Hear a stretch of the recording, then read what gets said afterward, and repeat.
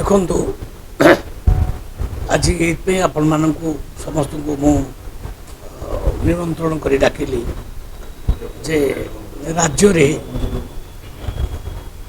ବିଭିନ୍ନ petrol pump ମାନଙ୍କରେ petrol मौजूद अच्छी डीजेल मौजूद अच्छी कौन सी प्रकार सर्टेज कौटी ना तेणु विभिन्न गणमाध्यम विभिन्न प्रकार न्यूज बाहर कारण मिडिल ईस्ट रे जो प्रकार युद्ध चली नहीं विभ्रांतिकर तथ्य परिवेशन होची न्यूज देखिली कौटी सर्टेज ना सफिशिएंट तेल आमर अच्छी मौजूद अच्छी तेणु लोक मानक माने मोर भाई भौणी मान समस्त को अनुरोध करी गाड़ी आणतु गाड़ी में तेल भर्ती कर नियंतु कौन सी प्रकार पानिक हूँ ना कि बड़ बड़ ब्यारेल घरे नहीं मौजूद करूँ ना मौजूद करवा ठीक नुह कारण तेल सर्टेज हम ना आम ये युद्ध आम सेमती किसी प्रभाव पड़ार ना आमध्य रशिया ठार आमर तेल आसवा आरंभ हो जाए तो तेल बाबद जो विभ्रांतिकर तथ्य समाज अच्छी प्रकाश हो गणमाध्यम भी होताको ये कह चाहे जे आमर राज्यवासी माने भाई भौणी माने केवल सरकारी तथ्य को आ विश्वास को नियंतु ये बेसरकारी तथ्य उपर विश्वास करूँ ना सफिशिएंट तेलर व्यवस्था अच्छी कौटी भी असुविधा ना जोटी किसी न्यूज देखुली मो सका कि जो न्यूज देखुच आपण मैंने लाइन लगी से सब ये प्रकार न्यूज भी बाहर को जीवा परे लोकों भीतर गोटे छानिया बचाई जे आगामी मासे 2 मास पर तेल मिल ना सेमती किसी हबार ना तेल सफिशिएंट मिल केबे भी असुविधा हम ना आम से प्रस्तुत अच्छु आवश्यक पड़े कला बजारी मान आम पूरा नजर रखीचु एक्शन भी दरकार पड़े आम सरकार पूरा तेल नित्य व्यवहार्य पदार्थ खाइबा द्रव्य ये सब उपर पूरा नजर रखिंट कि कौटी अभाव ना तेणु समस्त को निवेदन करने को चाहे ओडिशार प्रत्येक नागरिक को निवेदन करने को चाहे ये मैटर रे पैनिक हबार कौन सी आवश्यकता ना सेटा हूँ जो न्यूज चलिए खेली जाइए आगामी दिन मानक पेट्रोल सर्टेज हो डीजेल सर्टेज हो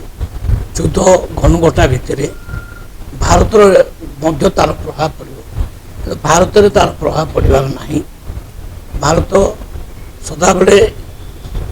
पेट्रोल आ डीजेल जातीय पदार्थ भरपूर कर रखिंट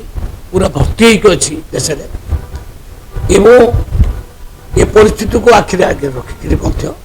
कौटू भविष्य में पुणी तेल आसो तार व्यवस्था कर सारी आप जानते न्यूज सब तेणु तेल कौन प्रकार असुविधा ना खावा पीवा चाउल तो आम पाखे बहुत सफिशिएंट अच्छी तेणु खाद्य पदार्थ तेल कौथर अभाव ना तेणु ये सब विभ्रांतिकर तथ्य उपर माने विश्वास न करने मु गणमाध्यम जरिया लोक मान को निवेदन कर बेले बेले सेमती बढ़ो कम से पेट्रोलियम जिनस गुड़ा भी सैया केत बढ़ के कम किंतु माने मौजूद अच्छी सफिशिएंट अभाव ना ये जो रेटा सामयिक भाव में बढ़ी मुझे मानुची किंतु ये नहीं कौन सी प्रकार विभ्रांतिकर तथ्य न आसवा दरकार से जमा मिल आगे 2-3 मास पर पूरा बंद हो मो गाड़ी तेल मिल नहीं तेणु आणिकी ब्यारेल घरे रखिदि से सब जिनस न करूँ ना एत रेट बढ़ी ना ये बंद गाँ टे बढ़ी विभ्रांतिकर तथ्य जो लोक मान पाखे पहुँचुची जे आगामी दिन में मिल ना सेमती नुह सफिशिएंट तेल अच्छी ताऊपर तो सरकार विचार करेंगे किंतु वर्तमान तथ्य हूँ सफिशिएंट तेल अच्छी तेल किसी अभाव ना शुणु युद्धर तो प्रभाव सबुठे पड़ो मुझे मानुची ये जो युद्ध आहरी भयंकर भी हो पारे ତାର ପ୍ରଭାବ ଭାରତ ଉପରେ ନ ପଡ଼ିବ ତା ମାନେ ନାହିଁ। ସବୁଠି ପଡ଼ିବ, ସବୁ ଦେଶ ଉପରେ ପଡ଼ିବ। କିନ୍ତୁ ବର୍ତ୍ତମାନଙ୍କର ସ୍ଥିତି ହେଉଛି ଏଇଆ ଯେ ଆମ ଦେଶରେ ତେଲ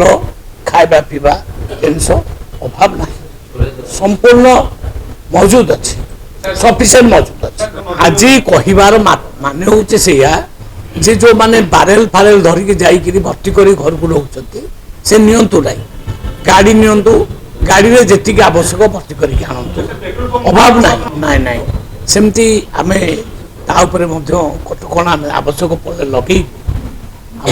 ଲଗେଇବୁ, ସେଟା ବି ଆମେ କରିପାରିବୁ ସରକାର ତରଫରୁ। କିନ୍ତୁ ଅବିକା ସେମିତି କିଛି ଅର୍ଡର ଯାଇନାହିଁ। ଆମ ପାଖରେ ଯେହେତୁ ସଫିସିଏଣ୍ଟ ତେଲ ଅଛି, ମୁଁ